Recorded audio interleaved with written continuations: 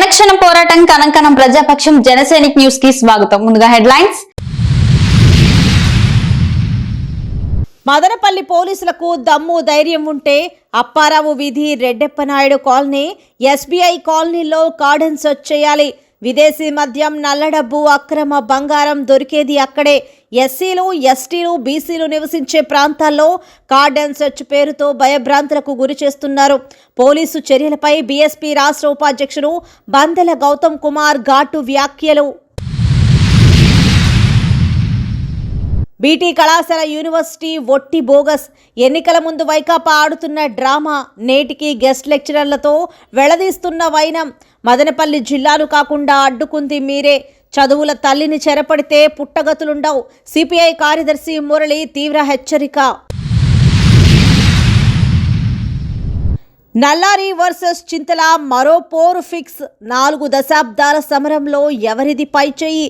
ఈసారి ఎవరు గెలిచినా మంత్రి అవుతారా? పీలేరు పోరులో దూసుకెళ్తున్న కిషోర్. ఇక డీటెయిల్స్ చూస్తే, గార్డెన్ అండ్ సెర్చ్ పేరుతో మదనపల్లె పట్టణంలోని గాంధీపురం మరియు ఇతర దళిత గిరిజన వెనుకబడిన కాలనీలపై పోలీసుల దాడులు తగవని బీఎస్పీ ఆంధ్రప్రదేశ్ రాష్ట్ర ఉపాధ్యక్షుడు బందెల గౌతమ్ కుమార్ హెచ్చరించారు. నిజంగా పోలీసులకు దమ్ము ధైర్యం ఉంటే అగ్రవర్ణాల కాలనీల్లో కార్డన్ సెర్చ్ చేయాలని గౌతమ్ కుమార్ సవాల్ విసిరారు. గాంధీపురం కాలనీలోకి పోలీసులు వచ్చి కార్డన్ సెర్చ్ పేరుతో ఇళ్లకు తలుపులు పగలగొట్టి అక్కడ ఉన్నటువంటి వాహనాలను తీసుకువెళ్లడం జరిగింది. వాస్తవానికి పోలీసులు తమ విధి నిర్వహణలో భాగంగా రాజ్యాంగబద్ధంగా చేసే ఏ కార్యక్రమాన్ని అయినా మేము స్వాగతిస్తామని, అలాగని కావాలని పని కట్టుకుని కేవలం ఎస్సీ, ఎస్టీ, బీసీ కాలనీలనే టార్గెట్ చేస్తూ చేసే కార్డన్ సెర్చ్కి తాము వ్యతిరేకమని గౌతమ్ అన్నారు. గాంధీపురం, కుమారపురం, నక్కలదిన్నె, తాండా, చంద్ర కాలనీ, బాబు కాలనీ లాంటి కాలనీలో కూలి చేసుకునేవారు బడుగు బలహీన వర్గాలు ఉంటారు కనుక అక్కడ కార్డన్ సెర్చ్ చేస్తే కోట్లాది రూపాయలు డబ్బు గానీ, విదేశీ మద్యం గానీ దొరకవని, మీకు నిజంగా విదేశీ మద్యం, కోట్లాది రూపాయల డబ్బులు, బంగారం, అక్రమ నిలువలు, వస్తువులు దొరకాలంటే అప్పారావు వీధిలోని ఎస్బీఐ కాలనీలోనే, రెడ్డెప్పనాయుడు కాలనీలోని, పిఎండ్ఆర్ టీ కాలనీలోని, సొసైటీ కాలనీలోనూ కార్డన్ సెర్చ్ చేస్తే దొరుకుతాయని తేల్చి చెప్పారు. నిజంగా పోలీసులకు దమ్ము ధైర్యం ఉంటే పై కాలనీలలో వెళ్లి వాళ్ల తలుపులు తట్టి వాళ్ళింట్లో ఉన్నటువంటి వస్తువులు, డబ్బులు తీసుకొచ్చి సీజ్ చేయాలని హితవు పలికారు. మా ఎస్సీ, ఎస్టీ, బీసీ కాలనీలకు వచ్చి తలుపులు తట్టి మా ఆడవారిని భయభ్రాంతులకు గురి చేసే ప్రయత్నాలు చేయొద్దని, మీకు అగ్రకులాల కాలనీలకు వెళ్లి కనీసం వాళ్ల తలుపులు తట్టే ధైర్యం ఉందా అని ప్రశ్నించారు. నిజంగానే పోలీసులకు ఇలాంటి ఎస్సీ, ఎస్టీ, బీసీ, మైనార్టీల కాలనీలపై చిత్తశుద్ధి ఉంటే యువతకు సంఘ వ్యతిరేక కార్యకలాపాలు చేసే వాళ్లకు మా కాలనీలకి వచ్చి ఒక ప్రత్యేకమైన కౌన్సిలింగ్ ఏర్పాటు చేస్తే మేము కూడా సహకరిస్తామని, అలాంటి కార్యక్రమాలు చేయాలే తప్ప ఏదో మీ రికార్డుల కోసం, పైనుంచి వచ్చిన ఒత్తిడి కోసం ఎలక్షన్ల సమయంలో ఇలాంటి పనులు చేస్తూ మా కాలనీల పట్ల సమాజంలో ఒక తప్పుడు సంకేతం పంపించే ప్రయత్నం చేయొద్దని తెలియజేశారు. ఇప్పటి వరకు చేసిన కార్డన్ సెర్చ్లో ఎన్ని కోట్ల రూపాయలు దొరికాయో ప్రజలకు పోలీసులు తెలియజేయాలని స్పష్టం చేశారు. ఈ కార్యక్రమంలో బీఎస్పీ నాయకులు మరియు గాంధీపురం ప్రజలు పాల్గొన్నారు. పలుకులు కొట్టడం అయితేనేమి కొంత దురుసుగా ప్రవర్తించడం జరిగింది. వాస్తవానికి పోలీసులకు నేను ఒకటే చెప్తా ఉన్నా, కార్డన్ సెర్చ్ పేరుతో కాలనీల్లోకి రావడం కానీ, మాట్లాడడం కానీ, సెర్చ్ చేసుకొని ఏదైనా అసాంఘిక కార్యకలాపాలు జరుగుతున్నట్టే లేదా చట్టవిరుద్ధమైనటువంటి వ్యక్తులుంటే, అలాంటి వస్తువులు ఏమైనా ఉంటే కూడా మీరు తీసుకొని పోవచ్చు, అది మీ రైట్. దాన్ని మేము ఎక్కడా తప్పులు పట్టడం లేదు, తప్పులు పట్టడం కూడా. ఎందుకంటే రాజ్యాంగబద్ధంగా చేసే ఏ వ్యవహారమైనట్టు కూడా దానికి పూర్తి స్థాయిలో మేము మద్దతు ప్రకటిస్తాం. కానీ మీ పోలీసు వాళ్ళకి ఏదైతే ఈరోజు గాంధీపురంలో మీరు వచ్చి చేసినారు, చంద్ర కాలనీలో చేస్తా ఉన్నారు, బాబు కాలనీ లాంటి కాలనీలో చేస్తా ఉన్నారు, నక్కలి తాండాలంటే అట్లా చేస్తా ఉన్నారు, ఇలాంటి చోట్లు మీకు కనపడతా ఉన్నాయి. కానీ ఇక్కడేమైనా మీరు ఇక్కడ సెర్చ్ చేశారు, ఇక్కడేమైనా మీకు విలువ కోట్ల రూపాయల డబ్బులు దొరికినాయా? అక్రమ సంపాదన దొరికిందా? లేకపోతే విదేశీ మద్యం ఏమన్నా మీకు దొరికిందా? లేకపోతే 100 కేజీల బంగారం ఏమన్నా మీకు దొరికిందా? లేకపోతే ఇక్కడేమన్నా ఉగ్రవాదులు కానీ, నక్సలైట్లు కానీ ఇక్కడేమన్నా ఉన్నారా? ఎక్కడ కూడా లేరే. మీకు గాంధీపురము, కుమారపురమో, లేకపోతే నక్కలి తాండానో, చంద్ర కాలనీనో, బాబు కాలనీలో కనపడుతున్నాయి. కానీ ఈ రోజు ఇదే మదనపల్లి పట్టణంలో మీకు నిజంగానే పోలీసులకు నిజంగానే కార్డన్ సెర్చ్ చేసి మీకు అక్రమ సంపాదనతో సంపాదించిన డబ్బు, కోట్ల రూపాయల డబ్బులు, వాస్తవానికి ఎలక్షన్ల చూపు కార్డన్ సెర్చ్లు జరుగుతూ ఉంటాయి. దానికి మేము పూర్తి స్థాయిలో మద్దతు ఇస్తా ఉన్నాం. మీకు నిజంగానే అక్రమ సంపాదనతో కోట్లాది రూపాయల డబ్బులు కావాలంటే పిఎన్టీ కాలనీలో చేయండి, సొసైటీ కాలనీలో చేయండి, అప్పారావు వీధిలో చేయండి. కోట్ల రూపాయల డబ్బులు దొరుకుతాయి, అక్రమ డబ్బులు దొరుకుతాయి, నిల్వలు దొరుకుతాయి, అక్రమ వస్తువులు దొరుకుతాయి, విదేశీ మద్యం దొరుకుతుంది. రెడ్డప్పనాయుడు కాలనీలో చేయండి, ఎస్బీఐ కాలనీలో చేయండి. మీకు ఆ ధైర్యం ఉందా? నేను పోలీసులు సూటిగా అడుగుతా ఉన్నా, మీకు నిజంగానే ఆ కాలనీలోకి పోయి ఆ తలుపులు తట్టి వాళ్ళ దగ్గర వాహనాలు డబ్బులు తీసుకొచ్చే దమ్ము ధైర్యం పోలీసులకు ఉందా? ఇదేనా ప్రజాస్వామ్యము? ఏమంటే ఇక్కడ ఉన్నదంతా మాలోళ్ళు, మాదిగోళ్ళు, ఎరుకులోళ్ళు, యానాదోళ్ళు, సుగాలోళ్ళనో లేకపోతే బడుగు బలహీన వర్గాల బీసీలోనో, వడ్డోళ్లనో, సాకరోళ్లనో, మంగళోళ్ళనో ఇలాంటి వాళ్ళపైన మీ యొక్క పెత్తనం చూపించేది కాదు కదా. ఇక్కడేం కోట్లాది రూపాయలు దొరకడం లేదు కదా, ఇక్కడేమి అక్రమ మద్యం దొరకడం లేదు కదా. విదేశీ మద్యము, అక్రమ మద్యము, కోట్లాది రూపాయల డబ్బులు, అనేక రకాలైనటువంటి ఇళ్లలో పోతే బార్లు కనబడతాయి. అక్కడంతా పోయి మీరు సీజ్ చేయాలి. కానీ ఇక్కడికి వచ్చి బడుగు బలహీన వర్గాలు ఏదో కులం పేరుతో చిన్న చూపు చూస్తా ఈ కాలనీలోకి వచ్చి మీరు కార్పొరేట్ సర్కిల్ చేస్తారంటే మాత్రం దయచేసి మేము ఒప్పుకోలేదు లేదు. మేము పూర్తి స్థాయిలో మరొకసారి చెప్తా ఉన్నా, ఏదైతే రాజ్యాంగబద్దంగా మీరు చేసే ఏ కార్యక్రమానికైనా పోలీసులకు మేము సహకరిస్తాం.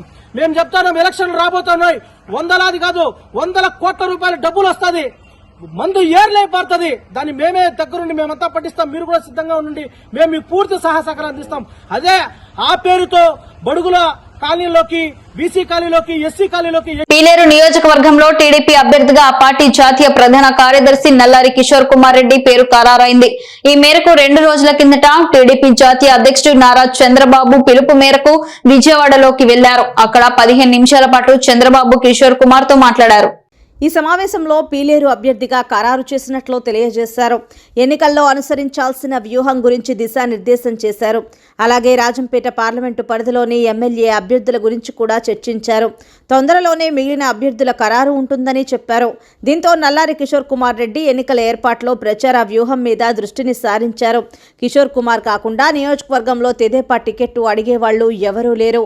తొలి నుంచి నల్లారి చింతల కుటుంబాల మధ్య నువ్వా నేనా అన్నట్టు రాజకీయ పోరు సాగుతుంది. 2009కి ముందు ఈ 2 కుటుంబాలు వాయల్పాడు నియోజకవర్గంలో తలపడేవే. ఇప్పుడు పీలేరు అసెంబ్లీ పోరు బాట పట్టారు. తెలుగుదేశం పార్టీ ఏర్పడిన తర్వాత 1983లో జరిగిన ఎన్నికల్లో కిషోర్ కుమార్ రెడ్డి తండ్రి మాజీ మంత్రి నల్లారి అమర్నాథ్ రెడ్డి చింతల రామచంద్రారెడ్డి తండ్రి చింతల సురేంద్రరెడ్డి చేతిలో ఓటమి పాలయ్యారు. 1985లో అమర్నాథ్ రెడ్డి సురేంద్రరెడ్డిపై విజయం సాధించారు. 1978లో అమర్నాథ్ రెడ్డి కాంగ్రెస్ అభ్యర్థిగా గెలిచి మంత్రి అయ్యారు. కిషోర్ అన్న నల్లారి కిరణ్ కుమార్ రెడ్డి 1989లో కాంగ్రెస్ అభ్యర్థిగా పోటీ చేసి చింతల రామచంద్రారెడ్డిని ఓడించారు. 1994 మళ్లీ చింతల రామచంద్రారెడ్డి కిరణ్ కుమార్ రెడ్డిపై విజయం సాధించారు. తర్వాత వరుసగా 1999, 2004 ఎన్నికల్లో కిరణ్ కుమార్ రెడ్డి ఎమ్మెల్యేగా గెలుపొందారు.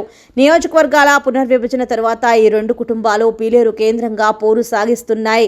2009 ఎన్నికల్లో కిరణ్ కుమార్ రెడ్డి పీలేరు నుంచి కాంగ్రెస్ అభ్యర్థిగా పోటీ చేసి టీడీపీ అభ్యర్థి ఇంతియాజ్ అహ్మద్పై 9132 ఓట్ల మెజారిటీతో విజయం సాధించారు. ఆ ఎన్నికల్లో పీఆర్పీ అభ్యర్థి చింతల రామచంద్రారెడ్డికి టీడీపీ కంటే 576 ఓట్లు తక్కువగా 44,197 ఓట్లు రావటం విశేషం. తర్వాత జరిగిన రాజకీయ పరిణామాల్లో 2011 నుంచి ఉమ్మడి ఆంధ్రప్రదేశ్ ముఖ్యమంత్రిగా కిరణ్ పనిచేశారు. రాష్ట్రం విడిపోయిన తర్వాత ఆయన జై సమైక్యాంధ్ర పార్టీ పెట్టారు. పీలేరు నియోజకవర్గంలో ఆయన పోటీ చేయకుండా తన తమ్ముడు కిషోర్ కుమార్ రెడ్డిని పోటీలో పెట్టారు. ఆ ఎన్నికల్లో కిషోర్ కుమార్ రెడ్డి వైసీపీ అభ్యర్థి చింతల రామచంద్రారెడ్డి చేతిలో 15,315 ఓట్ల మెజారిటీతో ఓడిపోయారు. తర్వాత 2017లో కిషోర్ టీడీపీలో చేరి ఏపీ హౌసింగ్ కార్పొరేషన్ చైర్మన్గా బాధ్యతలు నిర్వహించారు. 2019 ఎన్నికల్లో ఆయన టీడీపీ అభ్యర్థిగా పోటీ చేసి వైసీపీ అభ్యర్థి చింతల రామచంద్రారెడ్డి చేతిలో 7,874 ఓట్ల తేడాతో ఓడిపోయారు. 2014లో 56,636 ఓట్లు వచ్చిన కిషోర్ 2019లో 80,426 ఓట్లు సాధించారు. అంటే 23,790 ఓట్లు పెరిగాయి. రామచంద్రారెడ్డికి 15,351 ఓట్లు పెరిగాయి. ఈ 2 కుటుంబాల మధ్య గెలుపు ఓటములు సమానంగా ఉన్నాయి. ఇప్పుడు టీడీపీకి అనుకూల వాతావరణం ఏర్పడడం, చంద్రబాబు పట్ల సానుభూతి పెరగడం, పార్టీ పటిష్టంగా ఉండడం లాంటి అంశాలు కిషోర్ కుమార్ రెడ్డికి కలిసి వస్తాయని అంచనా వేస్తున్నారు.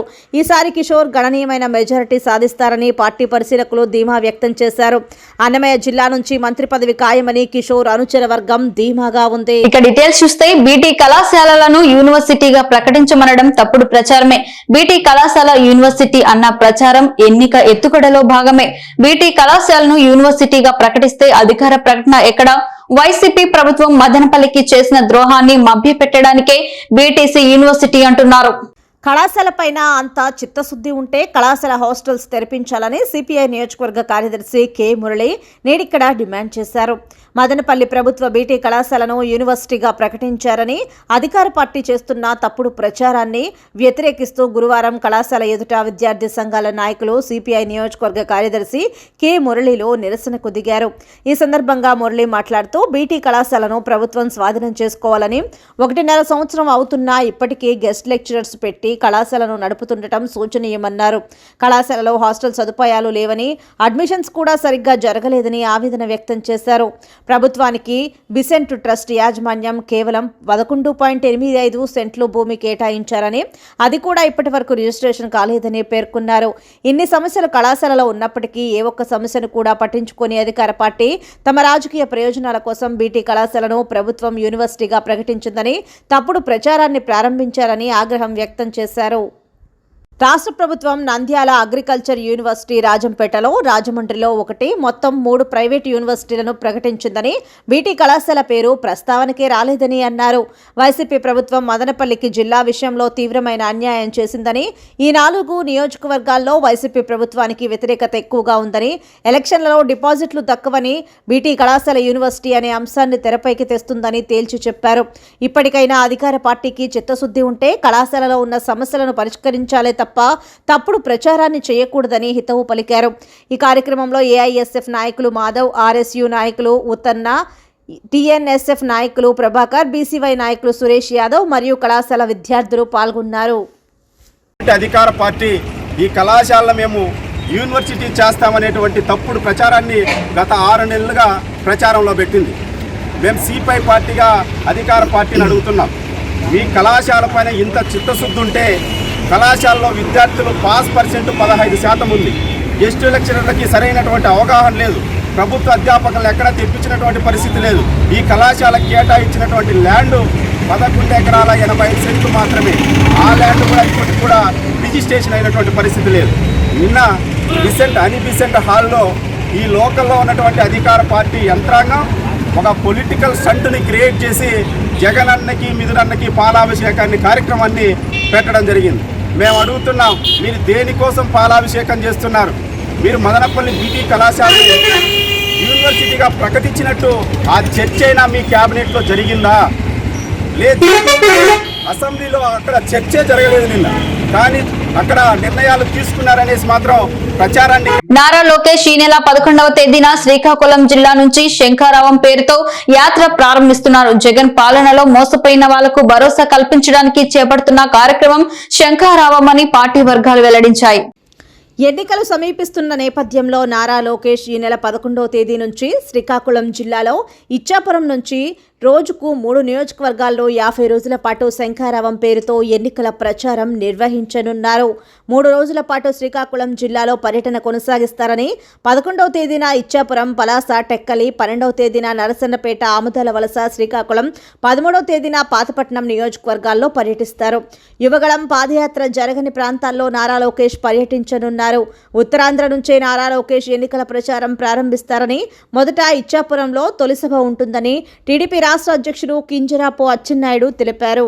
పిసిసి అధ్యక్షురాలు వైఎస్ షర్మిల అభ్యర్థన మేరకు రాష్ట్ర డీజీపీ ఉత్తర్వుల మేరకు ప్రస్తుతం ఉన్న 1+1 గన్ మెన్ సెక్యూరిటీ నుండి 2+2గా పెంచడం జరిగిందని జిల్లా ఎస్పీ సిద్ధార్థ్ కౌశల్ తెలిపారు. భద్రతా ప్రమాణాల నిబంధనల స్కేల్ మేరకు భద్రత కల్పించడం జరిగిందని ఎస్పీ వివరించారు.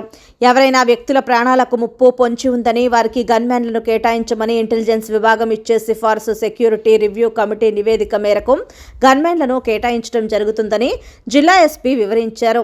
కాగా వైఎస్ షర్మిల 2 రోజుల క్రితం తనకు భద్రత కల్పించాలని బహిరంగంగానే డిమాండ్ చేసిన విషయం తెలిసిందే. ప్రస్తుత రాజకీయ పరిస్థితుల నేపథ్యంలో షర్మిల రాష్ట్ర వ్యాప్తంగా పిసిసి అధ్యక్షురాలు హోదాలో పర్యటిస్తున్నారు. దీంతో స్థానికంగా ప్రోటోకాల్ అంశాలను పరిగణలోకి తీసుకుని భద్రతా ఏర్పాట్లు చేయడంతో పాటు 1+1 గన్ మ్యాన్ సెక్యూరిటీ నుండి 2+2గా పెంచడం జరిగిందని కడప జిల్లా ఎస్పీ తెలిపారు. ఎస్సీ ఉపవర్గీకరణకు కేంద్రం మద్దతు. శతాబ్దాలుగా వివక్షకు గురైన వర్గాలకు న్యాయం జరగాలి. రిజర్వేషన్ల అసలు లక్ష్యం కూడా ఇదే. సుప్రీంకోర్టుకు తెలిపిన సొలిసిటర్ జనరల్ రాజ్యాంగంలో ఎస్సీ ఎస్టీ వర్గాలకు కల్పించిన రిజర్వేషన్లను ఉపవర్గీకరించాల్సిన ఆవశ్యకత ఉందని కేంద్ర ప్రభుత్వం అభిప్రాయపడింది. శతాబ్దాలుగా అణచివేతకు గురైన వర్గాలకు న్యాయం చేసేందుకే రాజ్యాంగంలో రిజర్వేషన్లను పొందుపరిచారని, దాని అసలు లక్ష్యం నెరవేరటానికి ఉపవర్గీకరణ ఒక సానుకూల చర్య అని స్పష్టం చేసింది. ఎస్సీ ఎస్టీ కోటా రిజర్వేషన్లను ఉపవర్గీకరించే అధికారం రాష్ట్రాలకు లేదన్న 2004 నాటి సుప్రీంకోర్టు రాజ్యాంగ ధర్మాసనం తీర్పును సవాలు చేస్తూ దాఖలైన పిటిషన్లపై 7 సభ్యుల విస్తృత ధర్మాసనం విచారణ చేపట్టిన విషయం తెలిసిందే. సిజేఐ జస్టిస్ డివై చంద్రచూడ్ నేతృత్వంలోని ఈ ధర్మాసనం ముందు రెండో రోజైన బుధవారం కేంద్ర ప్రభుత్వం తరపున సోలిసిటర్ జనరల్ తుషార్ మెహతా వాదనలు వినిపించారు. ఎస్సీ ఎస్టీ కోటా రిజర్వేషన్ల ఉపవర్గీకరణ రాజ్యాంగ అధికరణం 14ను ఉల్లంఘించడమేనని చిన్నయ్య తీర్పు పేర్కొంది. అధికరణం 341 ప్రకారం ప్రెసిడెన్షియల్ లిస్టులో చేరిన ఎస్సీ ఎస్టీ జాబితాల్లోని కులాల్లో మార్పులు చేర్పులు చేసే అధికారం పార్లమెంటుకు మాత్రమే ఉందని ఆ తీర్పు స్పష్టం చేసింది. అయితే 2004 తీర్పులో లోపాలున్నాయని సొలిసిటర్ జనరల్ పేర్కొన్నారు. ఎస్సీ జాబితాలోని కులాల్లోనూ ఆర్థిక సామాజిక విద్యాపరమైన వ్యత్యాసాలు ఉన్నాయని తెలిపారు. వారిలోనూ బాగా వెనుకబడిన వారికి ప్రభుత్వ ఉద్యోగాలు విద్యా సంస్థల్లో ప్రవేశాలు దక్కేలా రిజర్వేషన్లను సహేతుకంగా పునః పంపిణీ చేయాల్సిన ఆవశ్యకత ఉందని తుషార్ మెహతా వివరించారు. కాగా మన 2 తెలుగు రాష్ట్రాల్లో ఎస్సీ వర్గీకరణ కోసం మాదిగ రిజర్వేషన్ పోరాట సమితి వ్యవస్థాపక అధ్యక్షులు మందకృష్ణ మాదిగ గత 2.5 దశాబ్దాలుగా పోరాడుతున్న విషయం తెలిసిందే. ఏపీలో మళ్లీ 2014 పొత్తులు రిపీట్ అవుతున్నాయా? టీడీపీ బీజేపీ జనసేన అధినాయకత్వాల మధ్య జరుగుతున్న పొత్తుల చర్చలు కొన్ని నియోజకవర్గాలపైనే కమలం పార్టీ గురిపెట్టినట్లు తెలుస్తోంది.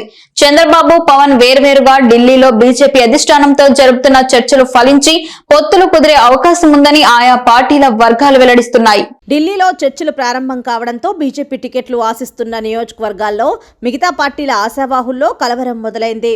టీడీపీ బీజేపీ జనసేన అధినాయకత్వాల మధ్య జరుగుతున్న చర్చల్లో పొత్తులపై స్పష్టత వస్తే ఏ నియోజకవర్గాల్లో ఏ పార్టీ వాళ్లు పోటీ చేయాలనే అంశం వెంటనే తెరపైకి వస్తుంది. ఇప్పటికే టీడీపీ జనసేన మధ్య సీట్ల సర్దుబాటుపై ఓ అంగీకారం కుదిరినట్లు సమాచారం. అయితే తాజా చర్చల్లో బీజేపీ అధిష్టానం ఏపీ నుంచి 8 ఎంపీ సీట్లు 25 అసెంబ్లీ సీట్లు అడుగుతున్నట్లు తెలిసింది. గతంలో గెలుచుకున్న విశాఖ నరసాపురం నియోజకవర్గాలతో పాటు అరకు విజయవాడ రాజంపేట హిందూపురం ఒంగోలు నరసరావుపేట నియోజకవర్గాలను బీజేపీ కోరుకుంటున్నట్లు తెలిసింది. విశాఖ నుంచి పురంధేశ్వరి పోటీ చేసే అవకాశం ఉందని ప్రచారం జరుగుతోంది. నరసాపురం నుంచి బీజేపీ టికెట్పై పోటీకి రఘురామ ప్లాన్ చేసుకుంటున్నారని సమాచారం. విజయవాడ నుంచి బీజేపీ అభ్యర్థిగా సుజనా ఉండే అవకాశం ఉంది. రాజంపేట బరిలో మాజీ సీఎం కిరణ్ కుమార్ రెడ్డి లేదా సత్యకుమార్ ఉండొచ్చునని ప్రచారం జరుగుతోంది. హిందూపురం నుంచి విష్ణువర్ధన్ రెడ్డి పేరు పరిశీలిస్తున్నట్లు సమాచారం. ఈ పార్లమెంటు నియోజకవర్గాలు కాకుండా 25 ఎమ్మెల్యే స్థానాలు కూడా బీజేపీ కోరుకుంటోంది. దీంతో ఈ నియోజకవర్గాల నుంచి టికెట్లు ఆశించిన టీడీపీ జనసేన ఆశావాహుల్లో గుబులు మొదలైంది. భారీ సంఖ్యలో ఉన్న ఆశావాహుల్ని బుజ్జగించడం టీడీపీ జనసేనకు సవాలుగా మారనుంది. ఇప్పటికే టీడీపీ అధ్యక్షుడు చంద్రబాబు బీజేపీ జాతీయ అధ్యక్షుడు జేపీ నడ్డాతో పాటు అమిత్ షాతో చర్చలు జరిపారు. పవన్ కూడా బీజేపీ అధిష్టానంతో చర్చలు జరపబోతున్నారు. పవన్ చర్చల తర్వాత టీడీపీ బీజేపీ జనసేన పొత్తుపై స్పష్టమైన ప్రకటన వెలువడవచ్చునని తెలుస్తోంది. జనసేన అధినేత పవన్ కళ్యాణ్ పిలుపు మేరకు మంగళగిరిలో జనసేన పార్టీ ఆఫీస్ సెంట్రల్ కార్యాలయంలో పవన్ కళ్యాణ్ ని మర్యాద పూర్వకంగా కలిసి మదనపల్లి విషయాలపై చర్చించిన చిత్తూరు జిల్లా ప్రధాన కార్యదర్శి శ్రీమతి దారం అనిత, జనసేన సీనియర్ నాయకులు దారం హరిప్రసాద్లు, వీరితో పాటు మదనపల్లి పట్టణ అధ్యక్షులు నాయిని జగదీష్ బాబు, నాయకులు శంకర్, ధరణి, నవాజ్, శేఖర్, జహదర్ పాల్గొన్నారు.